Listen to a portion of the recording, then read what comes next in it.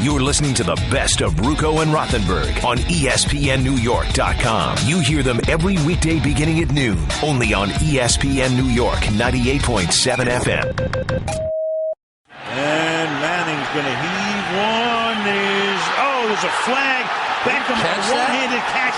How in the world? Oh, my goodness. And Brandon Carr was back there. I mean, he is insane. How do you make that catch? That is impossible. That is absolutely impossible what he just did. That may be the greatest catch I've ever seen in my life. It's in the conversation. Now, what did Odell Beckham's teammates say to him about that catch? I definitely got a pretty big reaction from, especially when I came to the sideline and they reviewed it and they called it a touchdown. Just to have your teammates right there and, they're congratulating you on that and still at the same time we got a whole football game left. So you kind of just try and put that in the back of your mind and keep fighting. And unfortunately for Odell Beckham, the Giants still lost the game. And that's why I still started with what bothered me about the loss, because that was one of the few opportunities left in this season to do something you feel good about as a fan, to be invested in that actual game. And when they play the Rams or the Titans, you'll watch, but does it really mean anything? And no, it doesn't. But last night, you had a chance to spoil the Cowboys fans, and now you have them putting up memes. Great job on catching that loss with Odell Beckham reaching back and catching an L with the hashtag Cowboys Nation. That's cute. That's cute. Come week 17, we'll see how the Cowboys do. But last night, you had a chance to throw a monkey wrench in their postseason hopes, because Seattle at 7-4 now, San Francisco at 7-4 now. We know the Eagles and Cowboys could have been 7-4 instead of 8-3. And that interception from Eli to Preston Parker kills me, because you're not supposed to be the guy who makes that mistake. When you're playing on a bad team, when you're the best player, you're not supposed to be the guy who sends the ship in the wrong direction. And it really bothers me. Yeah, but what about that catch, though? No. I've talked about the catch. I love the catch. But I'm just saying there are other aspects of the game. We'll tell you how you can win Knicks Heat tickets in just a moment. Charlie in Jersey. Charlie, does that catch dull the feelings of this season for you? Hey, how you doing? All right, Charlie, go ahead. Yeah, I don't think the Odell Beckham catch made any of a difference for the Giants. Okay, thank you, Charlie. Let's move on to Juan in New Jersey. Juan, you're on the Lexus of Route 10 hotline. Listen, let's get to the point. Fewell, that was all Fewell. Eli, yeah, that interception was terrible. It was a momentum killer, but, it's not like we didn't score again. I mean, Fewell, 31 points. I'm very hopeful for the future offensively, but I don't know. What do you think we can do defensively? Get a new defensive coordinator. I think that's one move, Juan. I mean, look, they still need more talent on the defensive line and the linebacking core. The secondary, I do think, would have been plenty talented had it stayed healthy. It did not, so that means you need more depth, which should come through the draft, and that's a problem. But last night, I mean, you have to – anybody can see what's going on there and say, look, we got to send some extra pressure here. I mean, you can't just let Tony Romo sit back there and wait for a receiver to get open, because when you give him 7 seconds, somebody will. No corner can cover for that long. Not only are they going to get open, they're going to get wide open. And that's what happened. And if you're Perry Fewell, I understand. Maybe Tony Romo's going to pick you apart once you blitz him. Maybe he will. But I know for certain he is going to find an open receiver if you just send 4, because that wasn't working. That Cowboys offensive line is outstanding, and your pass rush is weak, and you weren't getting anywhere near him there. The second half, the offensive line buckled down for Dallas, and especially on that last drive, and you had to dial up something different. Max in Jersey. Max, you're on the Lexus of Route 10 hotline. Yeah, what's going on, Ryan? Great show. Thank you, Max. I wanted to tell you, that catch was something incredible.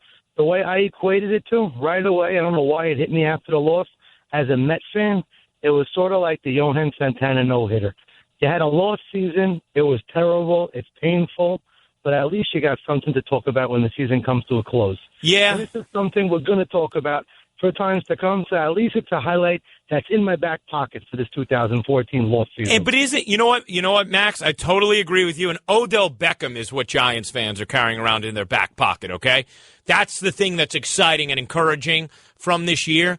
But isn't it also somewhat pathetic? Think about what you just compared this Giants season to. Compared to the Mets. Have we ever looked at the Giants organization? Now, back in the day, yeah, okay.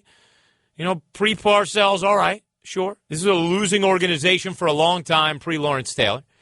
But, you don't look at the Giants and think, a catch is going to have to be the highlight of your season, or the development of a draft pick is going to have to be the highlight of your season, especially when you spend more money than anybody in free agency. There's something pathetic about that. Yeah, but what about that catch, though? I'm talking about things outside of the catch. That's the point, man. We shouldn't have to just say, yeah, but what about that catch, though? You should be able to look at this season and have something to celebrate, and unfortunately, you don't. And Giants fans should be disappointed with that. And Cowboys fans should give Giants fans the business about that. They absolutely should. JP in Brooklyn. JP, you're on the Lexus of Route 10 hotline. JP. All right, let's hear from Mike in Jersey. Mike, you're on the Lexus of Route 10 hotline. Hey, Ryan. Love the show. Thank you, Mike. I could do without your co-partner, Stan Van Gundy. Wait. You think he looks like Stan Van Gundy, too? That's what Chris Broussard said. I actually think I saw him for the first time on TV. I mean, the guy needs to pull himself together. I think. Well, no, come on now. Better than him. No, Mike, better than him. That's not fair. First of all, Dave is an incredible radio talent. I love working with him. And secondly, no, he is. But his body language, his stomach. Well, he needs to pull it in. No. Mike, come on now. Dave may need to lose 10 pounds by his own admission, but let's not act like. Stan Van Gundy's significantly overweight. Great basketball mind. All right, but back to the game. Yeah. You're great. I consider you really smart for a young guy. Thank you. And and you usually always back Eli. I'm just disappointed because I agree with you. The interceptions Eli throws are killers. But he did what he always does. He came back. He got us the touchdown when we needed it. We were up by 4. A field goal wasn't going to do anything. And the defense, once again, had, for 2 minutes, 80 yards they had to go, and they couldn't stop them. You know what? Prevent defense, and it's just unacceptable. You know what, Mike? You know what? You are right about that. And Eli Manning deserves a lot of credit for the way he bounced back after that pick. He took them back down the field. He drove them 93 yards. He gave them the lead, and he was brilliant on that drive. Because remember, at the beginning of the drive, he didn't have Odell Beckham either. Eventually, he got him, but he made a great third down throw to Reuben Randall, a great one to Preston Parker on the sideline, another good one to Larry Donnell. You're right, Mike. It's not like, and I want to be clear about that, and I thank you for the call because you're right. I should clear that up. Eli Manning still had a good game yesterday. He still played well. All I'm saying is, I expect a lot out of him. He's given us a lot to expect. That's how good he's been over his Giant career. And what I just don't like is him being the guy who sends things in the wrong direction yesterday. Because the turning point in that game yesterday to me still was the interception. And it was a bad one. And you just can't have him be the guy to do that. And that's what bothered me. But you are right. You are right. He still drove him back down the field. He was still good yesterday. And the defense only had to, they could have given up a field goal. Right, the Cowboys needed in the end zone on that final drive, and you just gave it to them. That was about as easy a final drive as I've ever seen. It could not have been easier for Tony Romo going down the field. You're listening to the best of Ruocco and Rothenberg on ESPNNewYork.com. You hear them every weekday beginning at noon, only on ESPN New York 98.7 FM. Get to some around the league stuff in a moment, but people asking, well, what does this mean for Coughlin? What does this mean for Reese? Honestly, I'd keep Coughlin. I would not get rid of him. This team still plays hard. Think about it. Even as they're out of it, I mean, they haven't, maybe you could say once or twice this year they've embarrassed themselves, but they do. They play hard, and I just still feel like he's a good coach. I'm not looking at these games and saying he's the reason they're losing. Now, I thought he did one thing really dumb yesterday when he took the time out when he did with 1:55 to go before halftime. And it could have cost him if the Cowboys had come back down and scored. I thought that was asinine. But otherwise, I still trust him. I still trust Tom Coughlin, and there's no obvious candidate I think is better, so I would keep him. Jerry Reese, yeah, the talent isn't good enough that he's built through the draft. But how do you get rid of the guy who just drafted Odell Beckham? You can't. That's a home run pick that he had there. I think on that alone, you're probably keeping him around. There's more merit to keeping him around than just that pick. But when you hit a home run like that in the first round, where Jerry Reese did, I think he stays. So I don't think you're going to have changes there. I think Perry Fewell, much like Kevin Gilbride was last year, might be the one big change you have in Giants land. Here's some other things that went on yesterday in the NFL that just stood out. Can somebody teach Mike Smith how to determine when to go for it on fourth down and when to take timeouts? It is ridiculous how often this happens with this head coach. He cost himself the game yesterday. He takes that timeout after second down. As the Falcons are going in for the game-winning field goal, it ends up allowing the Browns to have time to go down and kick a game-winning field goal themselves. And it costs them, really, it costs 2 timeouts because not only did he take the timeout on second down, then they throw on 3rd and 2, and they throw an incomplete pass. So Cleveland has a ton of time to operate. In that situation, you are trying to make sure when that field goal goes up, there is no time left for the other team to do anything. Scoring's the first priority because you're down. It's not tied. But there was no reason to take a timeout with 55 seconds left like they did. And Mike Smith, he's had success in Atlanta, so you can't just say, oh, he's an awful head coach. But I can say this. There's some things that happen on a football field. I'm sitting at home, and I can't break down for you. I don't understand. I can't tell you one way or another. There are other things that I know are wrong and dumb. He does more of those things than any head coach in the NFL. How about New England? This Patriot team is just bludgeoning good teams now. 3 quarterbacks in a row. Stafford, Peyton, Luck. Patriots have won games and look like the decisive better team. Now, Matt Stafford is not a decisively good quarterback any longer. I don't think Matt Stafford's all right. But this Patriot team is terrific. And right now, I think they are the no questions asked favorites in the AFC. They continued to prove that again yesterday. Look out for Seattle. Seattle now 7-4. Look out for San Francisco. Pro Football Talk talked about this earlier.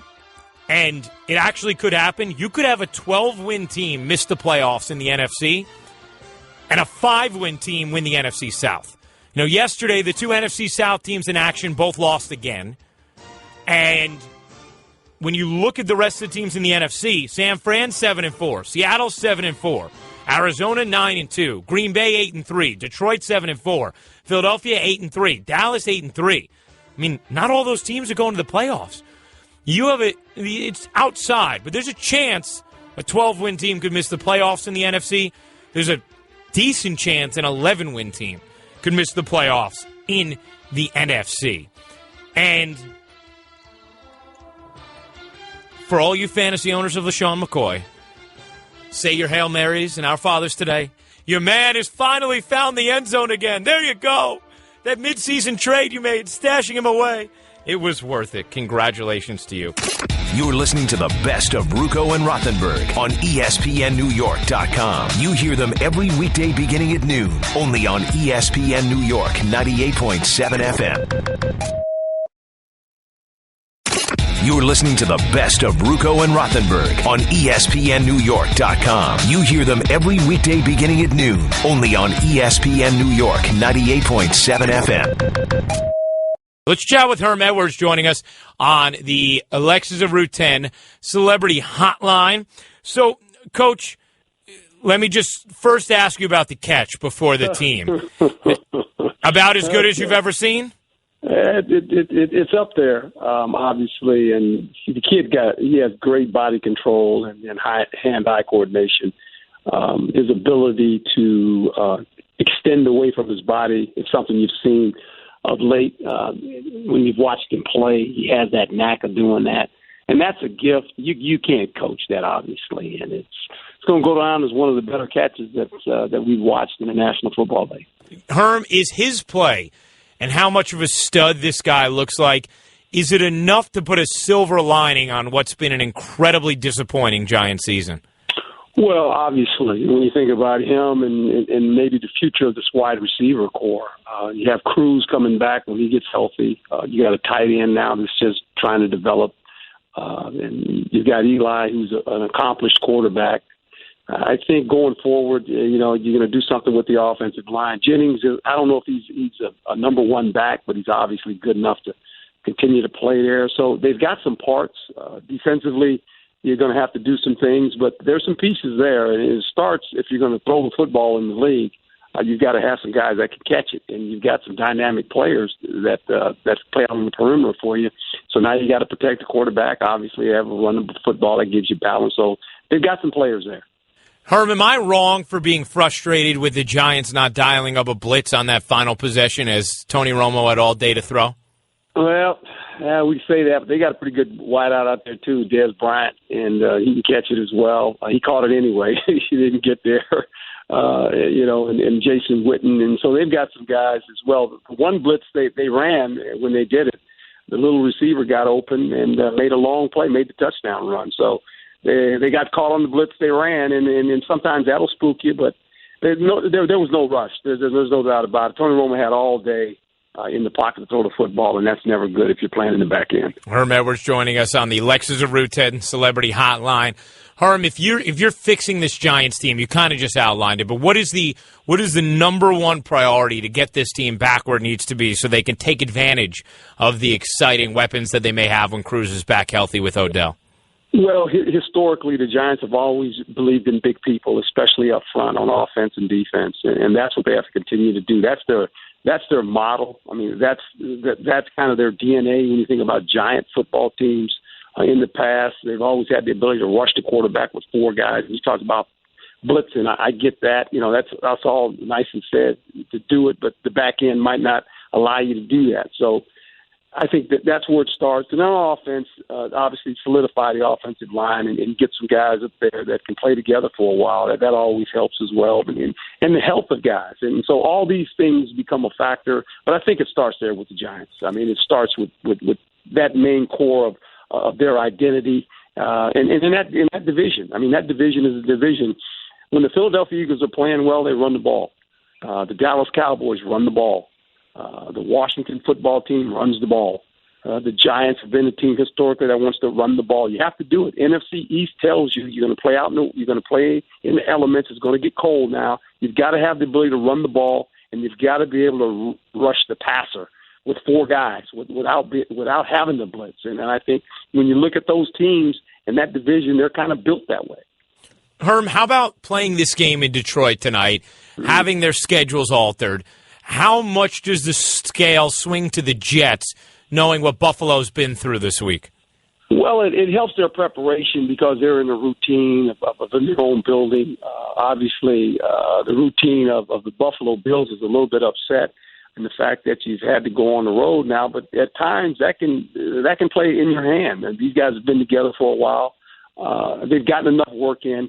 During the end of the season, your practice hours are cut down anyway as far as the field. Now, you prepare more in the classroom, obviously, and they've had time to do that. I think their focus is in two places. It's obviously trying to win a game, a place that they've won in already this year in Detroit, but obviously their families. Their families are okay, and I think this is where you have to try to put things in compartments now. If you're a football player, you realize, we're a 5-5 football team.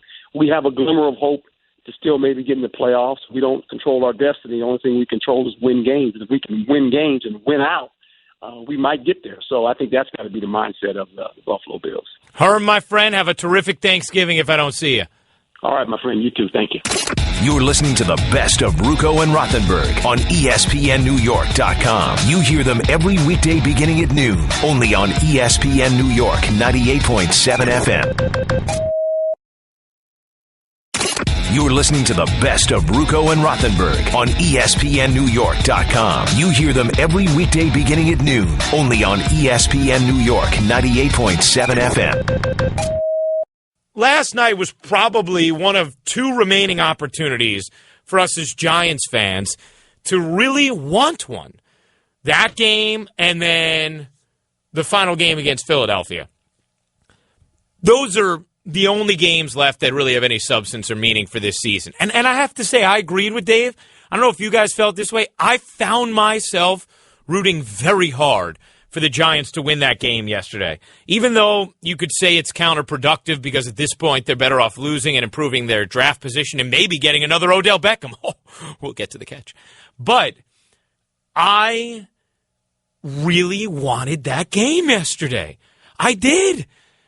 And I felt myself as engaged in a Giant game as any contest of theirs I have been this season.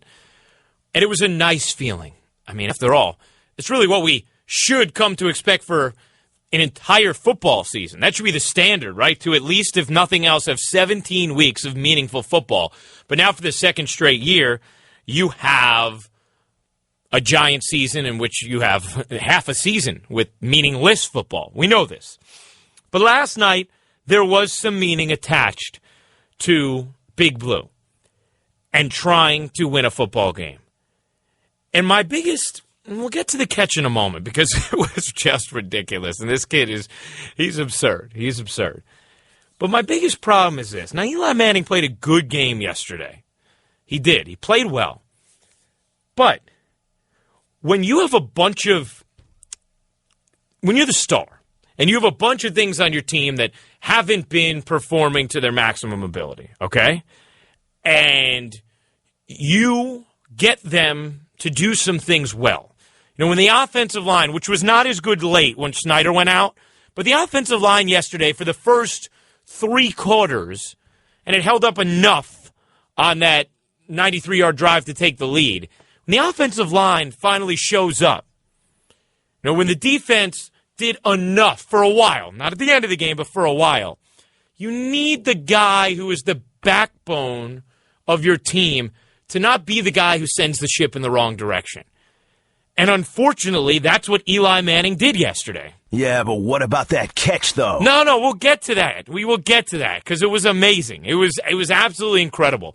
But it bothered me yesterday that when the Giants had the chance to go in for the kill, and they could not have had a more wide-open receiver, the one guy who's supposed to steer the ship in the right direction when it's going wrong steered it wrong when it was going right. And that was Eli Manning. That throw to Preston Parker's unacceptable. That is a flat-out unacceptable mistake. I can't have the quarterback, on a day when everybody else is actually playing pretty well, make the mistake that changes the game when he's supposed to be the guy that's reliable. And you may say, well, what does unacceptable mean? Does it mean we take back his Super Bowl MVPs? Does it mean we cut him? No. But we're allowed to evaluate his mistakes on a micro level. And that was an unacceptable mistake from Eli Manning that sent the ship in the wrong direction. And the Giants lost that game for a lot of reasons, sure. Mainly just because the Cowboys are better. The Cowboys have a great offensive line. The Giants do not. Game over. But they had a chance to win yesterday. You know, within that game, they actually really, really had a chance to win and spoil some Cowboys fan seasons. And I don't know what your Twitter timeline looked like or your Instagram feed, but a little spoiling would have gone a long way in a dismal season. And the Giants had that chance. And it wasn't Preston Parker.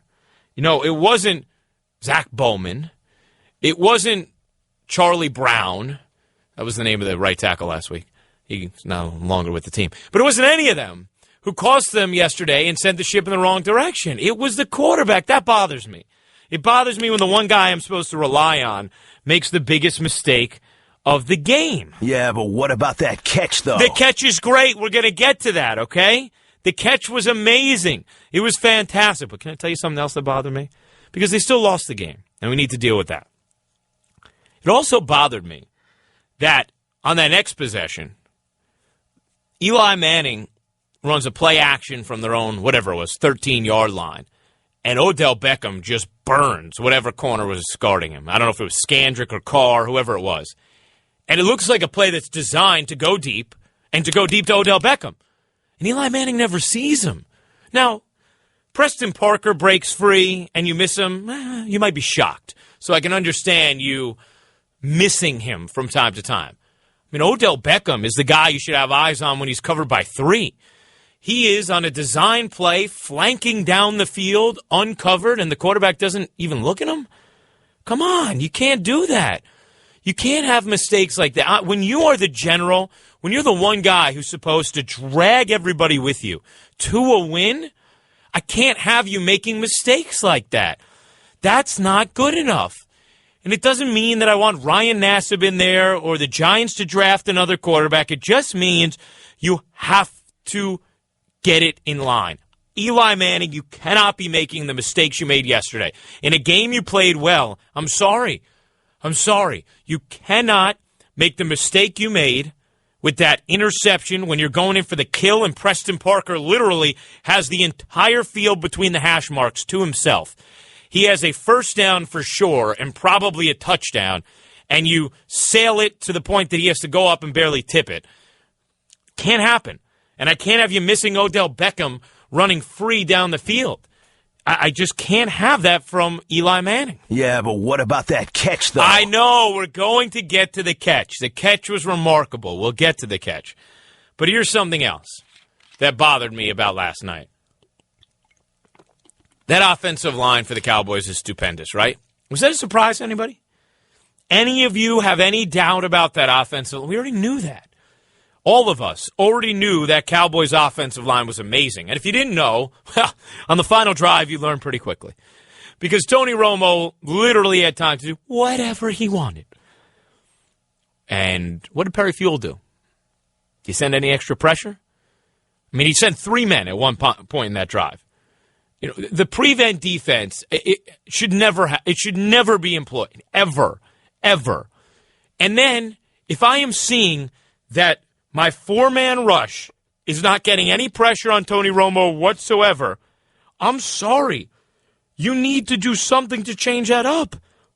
What are you being so conservative about? Your season's over anyway. Go for it. Same way I liked that the Giants went for it on 4th down last week when they lost the game. You got to send some pressure. You have to send some pressure on Tony Romo because he has all day to throw. And I don't care how good your secondary is, and let's be honest, this Giants one is, totally blanketed in injuries. You have to send some extra pressure to try and disrupt Romo as he is carving you apart, standing back, waiting for a receiver to break free with as much time as I've ever seen any quarterback have. Did you hear Tony Romo after that game, what he said about that? He said, yeah, sometimes you get 1 or 2 of those a year. I had it, the entire last drive. 1 or 2 of those a year. You have to do something to change that. So Perry Fewell really bothered me with that as well. Yeah, but what about that catch, though? Okay, now we can get to the catch. The catch was absolutely ridiculous. And Manning's going to heave one. There's a flag. Beckham, one-handed catch. How in the world? Oh, my goodness. And Brandon Carr was back there. I mean, he is insane. How do you make that catch? That is impossible. That is absolutely impossible what he just did. That may be the greatest catch I've ever seen in my life. It's in the conversation. I mean, literally. Didn't it feel like, I don't know what your guys' phones were like, but that moment, it felt like you were the star of the game and you were coming back to your locker and like checking your phone. And everybody's blowing you up like, great catch, great. Because everybody needed to share that with somebody. Like immediately, boom, phone. Everyone, did you see that catch? Did you see that catch? Did you see that catch? Did you call my dad? What? Did you see that catch? That was absolutely absurd. It was so good that today more shows, both of the talk and highlight variety, are leading with that than the result of the game. Like people may not remember years from now that the Giants lost the game that Odell Beckham made that catch on.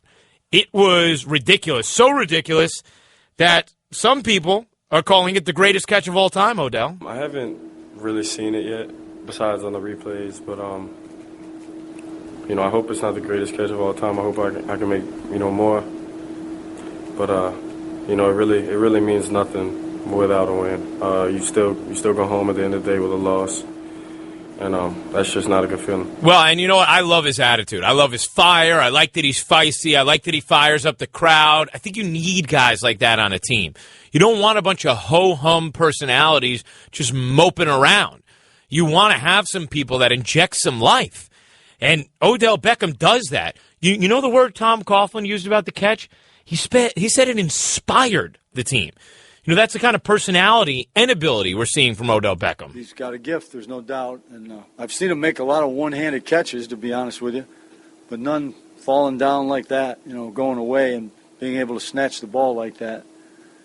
And then stay in bounds after being fouled. I mean, that was quite a thing, too. And, you know, it gave us a great spark, and it does that when people make plays like that. It excites the sideline, and the team gets excited about it, and we were. And they were excited enough to be in position to win, only to have a bad interception and then a poor defensive drive ruin it against a better team. But that catch is, you know, you think about that. Think about the angle that he's reaching back on, okay? I can barely do it without pulling something right now in my chair. Then think about gripping the football with 3 fingers. He snatches that ball with 3 fingers. Jeff and Cole are looking at me like, dude, you don't need to keep your hand in the air holding it, because I really am. Like, I'm trying to impersonate Oda. I just have my hand extended in the air right now, thumb out, index and middle. Did I get the right 3 fingers? Yeah. They're all out right now. Like, it just, boom, right in the hand, and then tuck it in with one hand. And, oh, by the way, as you're floating backwards through the air after being tugged, make sure you also get in bounds pinched against the pylon when you fall down after elevating horizontal to the turf. Come on. I mean, come on. It's ridiculous. The kid is absurd. He is absurd. And it's funny. His talent is strong enough and it's vibrant enough that it almost makes you excited about the future of the team, even as you're having an underachieving year that's not meant to be a rebuilding year, right? I mean, this isn't one of those years where you went into it and said, well, you know what? I think the Giants are going to be 6-win, 7-win team, but let's see. Let's see what their draft picks are. No. None of us went into this season saying that. Yet Odell Beckham is so good that it actually, I have to say, some of the sting of this season is dulled by just how good he is. Yeah, but what about that catch, though? What are you talking about? You listen to the show? That's what I'm talking about now. Now I am talking about that catch. You're listening to the best of Ruocco and Rothenberg on ESPNNewYork.com. You hear them every weekday beginning at noon, only on ESPN New York 98.7 FM.